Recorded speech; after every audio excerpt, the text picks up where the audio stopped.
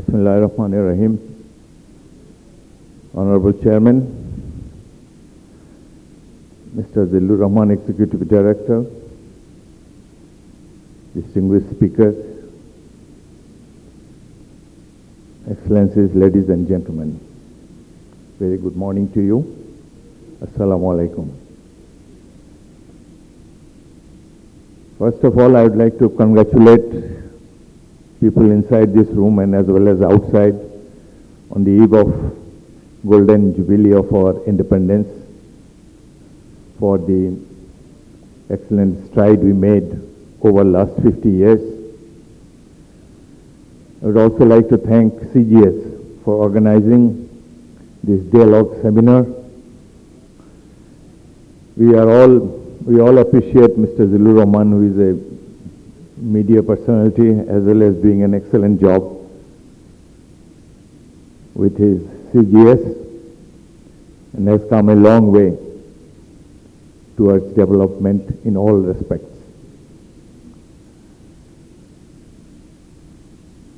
50 years have passed. When we look back to 1971, myself and General Harun, we are all junior officers in the Pakistan Army. When our people needed our service, our motherland needed us, we rose to the occasion, joined our people and fought a heroic war against the Pakistanis. Those who haven't seen our people in 1971, they haven't seen the Bengali nation at all. That was a wonderful time. Only people who saw 1971 can imagine what Bangladesh looked like, what our people looked like, how gallantly our people fought. A common man is so courageous. Pakistan Army made the mistake. An army can fight another army, but Pakistan Army made the mistake of fighting our people. An army cannot fight the civilian population. And they have paid heavily for this mistake. The liberation war of 1971 was fought on all fronts. People today, wherever he is, would like to take credit for that. The politicians try to tell people that it is all their show. The military people like us, we tell everyone that it is the hardest part, the armed struggle which we took part and won for us, our people. But people in general, there is nobody to speak for them. 1971 war was a people's war. 750 million people of Bangladesh, they all contributed to this noble cause. Wherever he was, wherever is his position, he tried to serve the motherland in his own capacity. But unfortunately, the history of liberation war is being distorted every day. In 1971, there were only 80,000 freedom fighters. Today, there are 250,000. With every new regime coming to power, number of freedom fighters increase. They all try to put their own partymen in the list so that they can get some pecuniary benefits. After all these years, the question that haunts everyone, how far we have achieved. Our liberation war was certainly fought under certain ideals. We had a lot of goals. We were young dreamers those days. Certainly, human dignity, equality, and social justice were the main demands of our people. These were the ideals we fought for. How much of it has been achieved? Question arises after 50 years have passed. We definitely fought to achieve fundamental rights.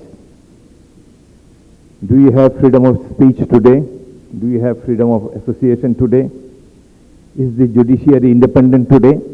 These are the questions one asks, and difficult to find answers. 71 war was fought for democracy. Just because the Pakistanis did not honor our votes, did not honor the mandate given by the people of this region, we had to take up arms. But I must say that unfortunately after 50 years, we do not have democracy in this country.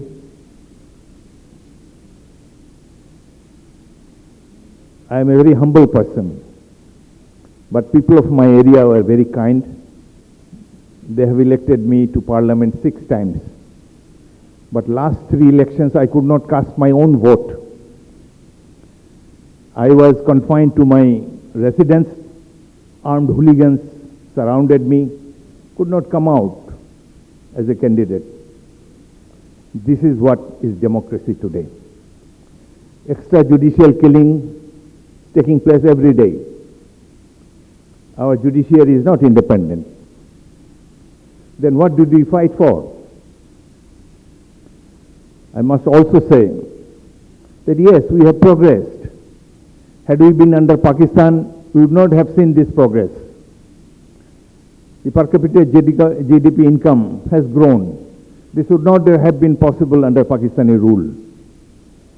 But certainly we could have achieved better, more.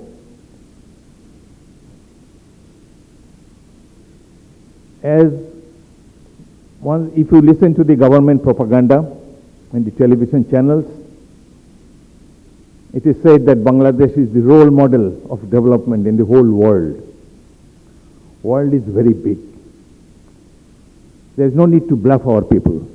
Let us accept our shortcomings and try to mitigate them. No use misleading our people. If it rains for 3 hours in Dhaka city, there will be knee-deep water in the capital city. Go to our hospitals, you will not get medicines, you will not get any treatment. Worst scenario is in the health sector. 1 year back when COVID-19 had just became public, our people ran from hospital to hospital. Many died in the ambulances, could not be admitted, could not be put in a proper bed. Our health sector was in such disarray. I hope things have improved. This 1 year, God has been very kind to us. Still, this pandemic is under control. Hopefully, we will be able to serve the people. Hopefully, the hospitals will be equipped to take care of the patients in future.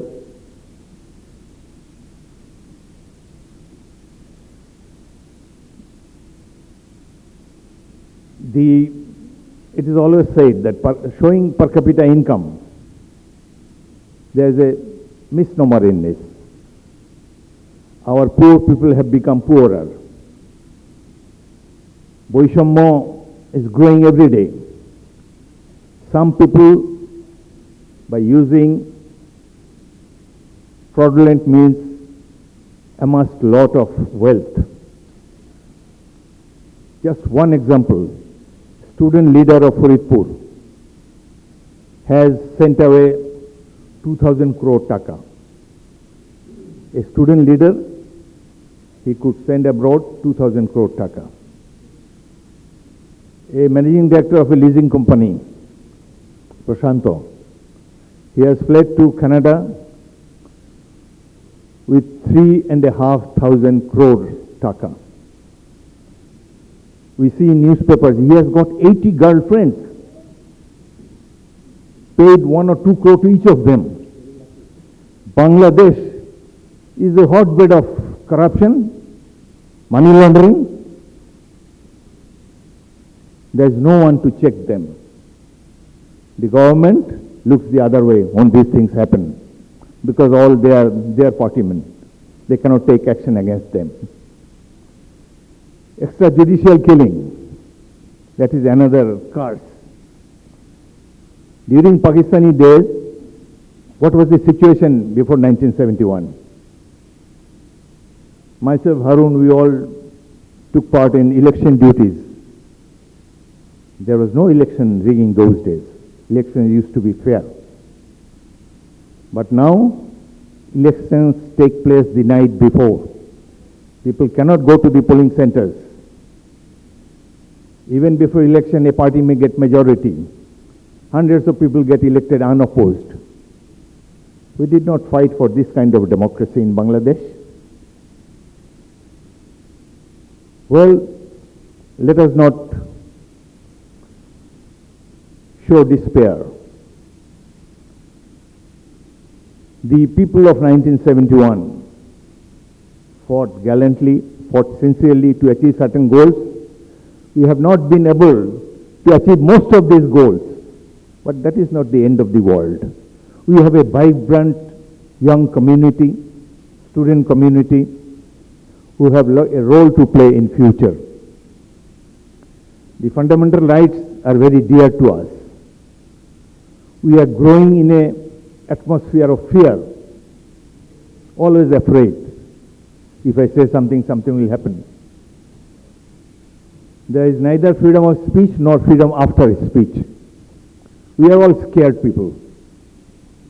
But we have to overcome this. Who will overcome this? We as youngsters, we have done our job, fulfilled our duty to our people.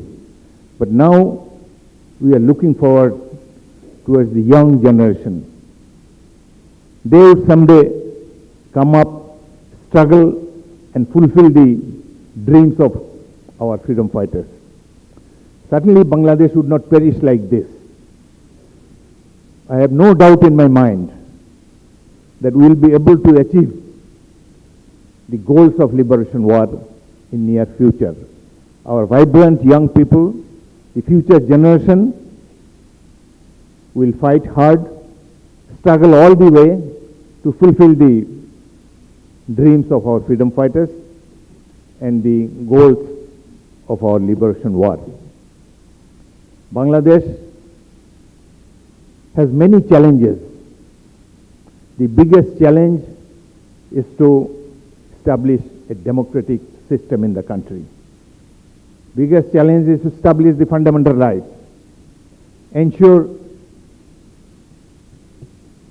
the independence of judiciary. These are the major challenges we face. We are economically growing because of the vibrant private sector. Government takes to take credit of that, but it is our people, the ingenuity of our people.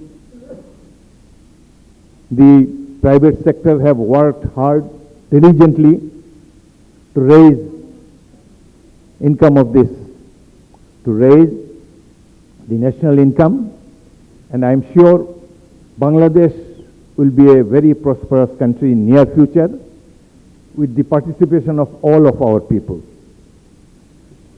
Just before I conclude, I would like to thank all the participants here, people of Bangladesh, for coming to this level of development. Thank you very much.